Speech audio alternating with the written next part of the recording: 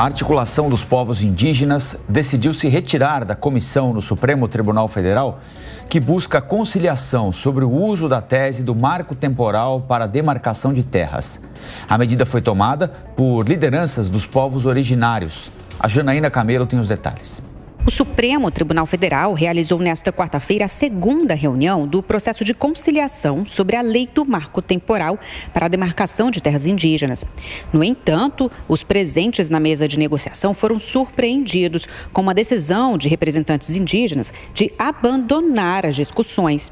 Momentos após iniciar a reunião, a presidente da Articulação dos Povos Indígenas do Brasil, a ABIP, Maria Baré, leu a decisão.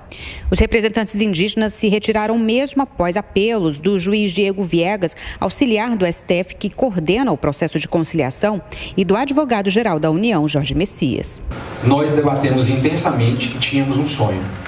Esta comissão foi criada com um propósito, o sonho da pacificação, onde indígenas e não indígenas poderão conviver harmonicamente, cada um no seu pedaço de chão e com seus planos de vida sendo cumpridos e não sendo interrompidos por disputas, invasões e mortes. Este é o sonho que nós estamos sonhando e pedimos que sonhem conosco. Após deixar a reunião, os representantes da ABIP falaram com jornalistas. Ficou muito claro que é uma farsa aos ataques ao direito da vida dos povos indígenas. A gente está aqui nesse momento nos manifestando a nossa indignação de como o Supremo, através do juiz, trata os povos indígenas. A gente viu no momento muitos ataques, muitas imposições que não dialogam o respeito àquilo que nós esperamos. Após abandonar as negociações, a Articulação dos Povos Indígenas do Brasil protocolou aqui no Supremo uma ação pedindo que as atividades da Comissão de Conciliação sejam encerradas. Esse processo de conciliação foi determinado pelo ministro Gilmar Mendes, que é autor de ações que questionam aqui no Supremo o marco temporal.